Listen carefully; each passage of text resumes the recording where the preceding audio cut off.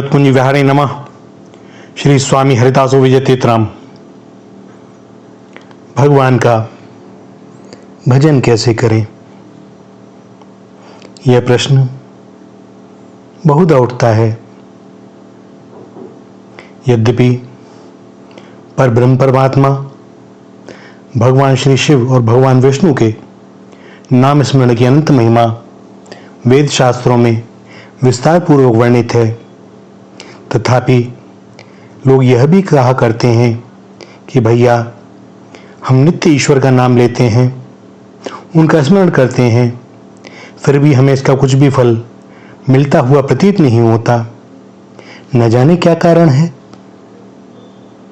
प्रकृति का यह अटल नियम है कि कोई भी कार्य क्यों न हो, उसे एक पद्धति या विधि के साथ करने से ही वह सफल होता है। और यही बात भगवत स्मरण के संबंध में भी है।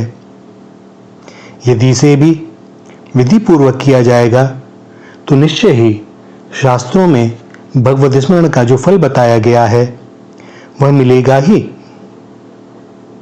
बहुत से लोग यह भी कहते हैं कि भगवान के नाम स्मरण में नियम की कोई आवश्यकता नहीं है।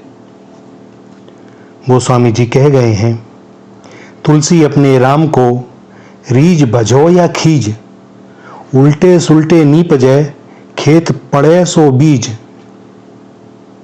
अर्थात राम को प्रेम से भजो अथवा द्वेष भाव से भजो किसी भी प्रकार, उसका फल अवश्य मिलेगा। जैसे खेत में कोई बीज सीधा पड़े चाहे उल्टा, वह अंकुरित ही होगा।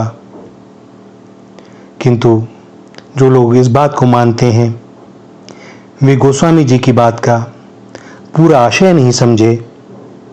गोस्वामी जी जैसे मर्यादा के पोषक महात्मा शास्त्र विरुद्ध यह बात कभी कह ही नहीं सकते। उन्होंने अपने दोहे में भजन विधि का खंडन नहीं किया बल्कि समर्थन किया है, और इसके प्रमाण स्वरूप उक्त दोहे में खेत शब्द को लिख दिया है। बीज उल्टा पड़े या सीधा, इसकी विशेष कोई परवाह नहीं है, परंतु उसके लिए नियमानुसार उर्वरा भूमि, यथोचित हवा पानी और रखवाली की जरूरत तो रहती ही है। इसीलिए गोस्वामी जी ने जो रीज और खीज इन शब्दों को लिखा है उन्हें विकल्प मात्र मानना चाहिए।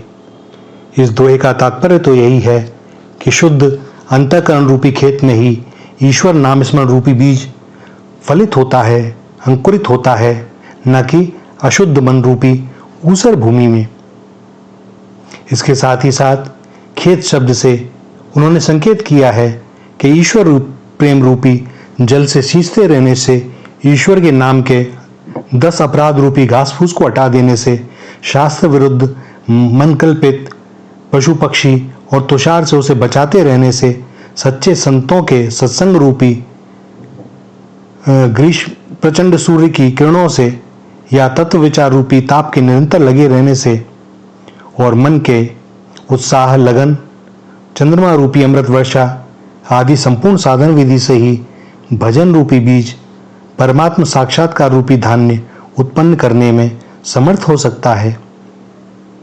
इसमें किसी शास्त्र विधि का निषेध नहीं है। अवश्य यह बात जानने की है कि ईश्वर स्मरण अर्थात भजन करने की शास्त्रोक्त विधि क्या है।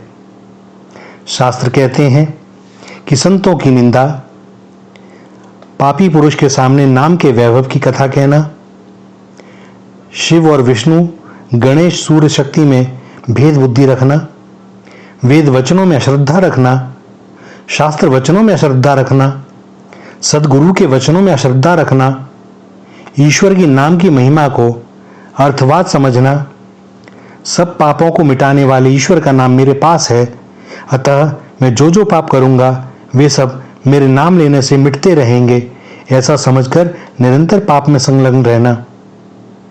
ईश्वर के नाम से सबसे अधिक पुण्य होता है, इसलिए संध्या वंदन गायत्री जप, देव पूजा, दान, यज्ञ, तप आदि अन्य कृत करने की कोई आवश्यकता न मानकर नित्य नैमित्तिक वेद शास्त्रोक्त शुभ कर्मों को छोड़ देना और ईश्वर के नाम को अन्य धर्मों के बराबर समझना, ये भगवान शिव और विष्णु के नाम जप संबंधी 10 अपराध हैं।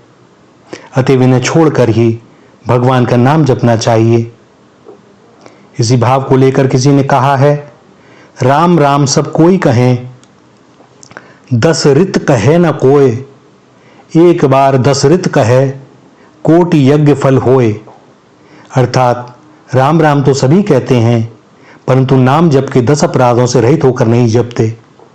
यहाँ 10 ऋत का मतलब नाम जप से संबंधित 10 अपराधों से है। यदि इन 10 अपराधों से रहित होकर एक बार भी नाम को लिया जाए तो कोटि यज्ञों के समान फल होता है। शास्त्र की ऐसी स्पष्ट आज्ञा हुए भी हम में से कुछ लोग विष्णु और शिव में भेद मानते हैं और ऐसा करके हम अपना ही अनिष्ट साधन करते हैं। जब तक भेद बुद्धि है, नाम का फल कैसे मिले, कैसे प्राप्ति हो? कृपा तो है, किंतु हमने ही अनजाने में उसे रोक रखा है। क्योंकि स्वयं भगवान कहते हैं, शिवद्रोही मम भगत का वाहवा, सो नर मोहे सपने हो न भावा। तो भैया, राम शिव को जपते हैं, शिव राम को जपते हैं, दोनों इष्ट हैं। और दोनों कहाँ, एक ही तो भगवान के किसी भी नाम और स्वरूप की निंदा न करते हुए भगवान के समस्त नाम मेरे इष्ट के ही नाम रूप हैं, ऐसा समझना चाहिए। इन 10 अपराधों से बचते हुए शुद्ध और स्थिर चित्त से प्रेम के साथ प्रतिदिन यथाशक्ति नित्य नैमित्तिक शुभ कर्मों को करते हुए प्रातः, संध्या तथा यथासंभव मध्याह्न और मध्यरात्रि में एकांत में बैठकर नित्य प्रति कम से कम एक सीमा तक जो भी हम कर सकें, जितनी माला हम कर सकें, भगवान के नाम का शांतिपूर्वक दीर्घ काल तक जप करना चाहिए। और उसके फलस्वरूप हृदय में कोई कामना भी नहीं होनी चाहिए। बस एक ही प्रार्थना, हे नाथ, मैं आपका हूँ, मुझे अपना लीजिए। मेरे वश में नहीं कि मैं योग्य बन सकूं, मैं जैसा भी हूं आपका हूं। आप मुझे उबार लें प्रभु। और निश्चित ही जब हृदय से यह प्रार्थना निकलती है, वे रह नहीं सकते, वे विवश हैं अपने स्वभाव से, अपना लेते हैं। तो भैया, भगवान के नाम जप में चित्त की वृत्ति को लगाकर राम, कृष्ण, शिव, विष्णु, ब्रह्मा, गणपति, सूर्य, शक्ति, नरसिंह, गोविंद, नारायण, महादेव आदि किसी भी नाम को अपनी रुचि के अनुसार, अपनी श्रद्धा के अनुसार उसका जप किया जा सकता है। यही भगवत भजन की सामान्य और सरल विधि है। इस विधि से नियमित रूप से दीर्घ काल तक किया हुआ नाम जप निस्संदेह शास्त्रोक्त फलों को प्रदान करता है और भगवान की प्राप्ति कराने वाला होता है। जो उनका नाम लेगा, क्या वे उसे न अपनाएंगे? लौकिक व्यवहार में भी देखें हम, कोई भी हमारा नाम पुकारता है, हम मुड़कर देखने लगते हैं उसकी ओर। प्रियजन होता है तो हम दौड़ भागते हैं, लगा लेते हैं अंक से। तो नाम की भैया बड़ी भारी महिमा है और यह प्रत्यक्ष अनुभव में तब आएगा जब हम स्थिर चित्त से भगवान के प्रेम में व्याकुल होकर भगवान के लिए ही भगवान का नाम लेंगे। इसको तब कह पाएंगे कि भजन। किंतु जो भजन करता है वह कभी कह ही नहीं सकता कि मैं भजन करता हूँ, क्योंकि वह जानता ही नहीं। वह तो यही जानता है कि अभी भी मेरे भजन का प्रारंभ नहीं हुआ है। यह भजन तो बड़ी ऊंची वस्तु है, संत महात्माओं की है, वे कृपा करें तो होवे।